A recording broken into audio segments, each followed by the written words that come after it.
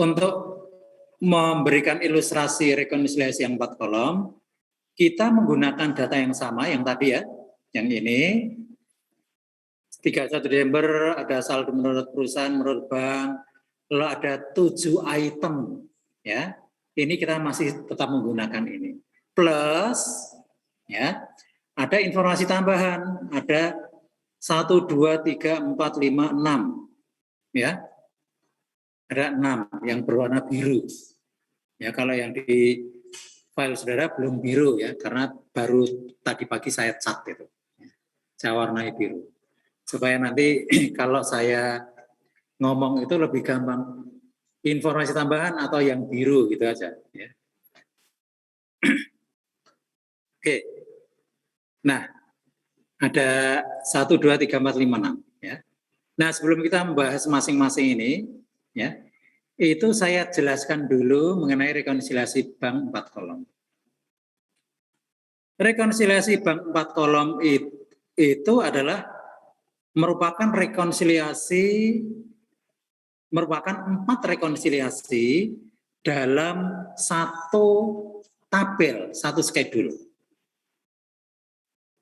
Kalau yang tadi kita bicarakan, itu rekonsiliasi untuk saldo akhir saja, yaitu akhir Desember. Nah, kalau 4 kolom itu yang kita rekonsiliasi adalah saldo awal Desember atau akhir November gitu ya. Kita nanti sebut saja dengan istilah saldo awal. Kemudian kita merekonsiliasi penerimaan bulan Desember. Kemudian kita merekonsiliasi pengeluaran bulan Desember. Jadi ada 4 ya. Saldo awal, penerimaan, pengeluaran, saldo akhir. Nah, ini kita lakukan baik untuk bank maupun untuk perusahaan. Sehingga ada yang menyebut, Pak, kalau untuk bank 4 kolom, untuk perusahaan 4 kolom, kalau kita konsisten dengan tadi kan untuk perusahaan, untuk bank 1 kolom, untuk perusahaan 1 kolom, Bapak nyebutnya 2 kolom gitu ya.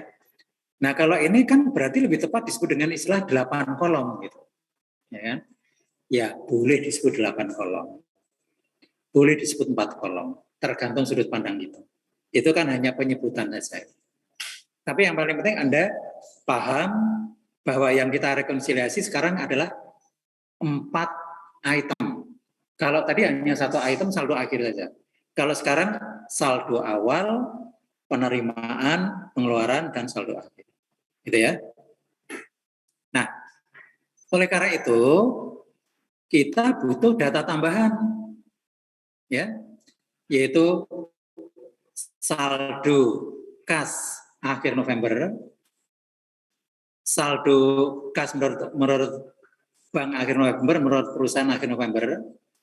Nanti ini untuk merekonsiliasi yang saldo awal ya. Kemudian penerimaan, ya, bulan Desember menurut bank, ya, menurut perusahaan. Ini untuk merekonsiliasi kolom penerimaan, ya. Kemudian pengeluaran menurut bank dan menurut perusahaan bulan Desember untuk merekonsiliasi kolom pengeluaran.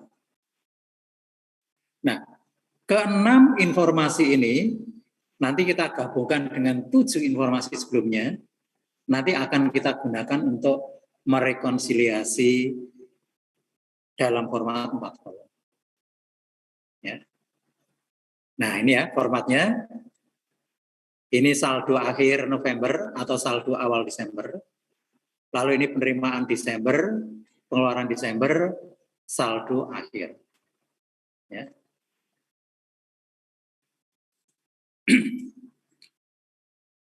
Nah, nanti untuk penamaan, ya, sebetulnya ada 2 versi ya. Versi yang pertama adalah mencari saldo yang benar versi bank dan versi perusahaan. Nah, kemudian nanti yang kedua adalah membuktikan kas. Ya, jadi saldo menurut laporan bank itu buktikan apakah nanti akan sama dengan saldo menurut perusahaan. Nah, kalau versi kedua itu yang sebetulnya disebut dengan istilah proof of cash. Kalau ini sebetulnya lebih tepat disebut dengan istilah rekonsiliasi bank saja. Tapi kadang-kadang dalam praktek itu ya nyebutnya sama, dua-duanya disebut dengan proof of cash. Pokoknya kalau proof of cash, baik mencari saldo yang benar maupun pembuktian kas. Ya. Nah, ini perlu saya jelaskan supaya saudara tidak bingung. Ya, sehingga nanti dalam praktek kadang-kadang istilah proof of cash itu digunakan interchangeable. Ya. Tapi kalau saudara ingin menuliskan ini judulnya rekonsiliasi bank saja, itu juga tidak clear. Oke. Ya. Nah, pertama-tama kita isikan saja informasi yang tersedia. Menurut laporan bank, saldo akhir November sekian, penerimaan bulan Desember sekian, pengeluaran bulan Desember sekian, saldo akhir sekian. Kebetulan di kita itu 4 data ini tersedia semua. Tapi nanti mungkin kalau di soal hanya tersedia 3 data. Saldo awal, pengeluaran, saldo akhir. Tapi untuk mencari yang hilang ini gampang saja kan? Karena rumusnya saldo awal tambah penerimaan kurangi pengeluaran ketemu saldo akhir gitu ya. Jadi nanti kalau di soal ujian itu hanya tersedia 3 data, nyarinya saudara pasti bisa. Ya. Oke, yang per buku juga saldonya sudah tersedia semua.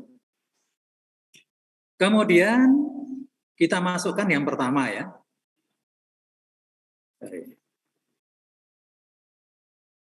Oke, ini informasi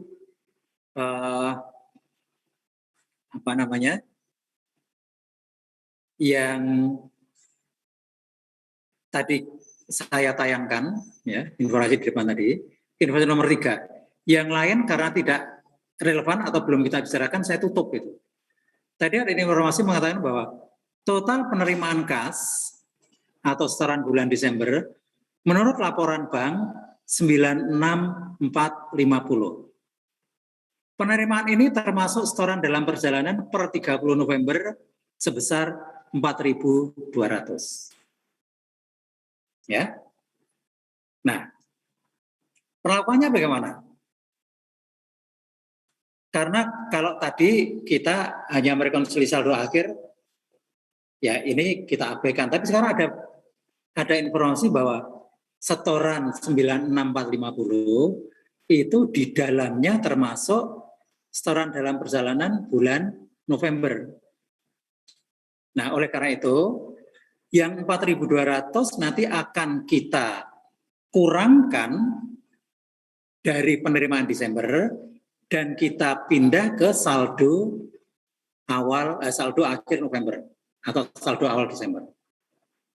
Jadi informasi ini perlakuannya menambah saldo bank akhir November yang 4.200, kemudian mengurangi penerimaan bulan Desember.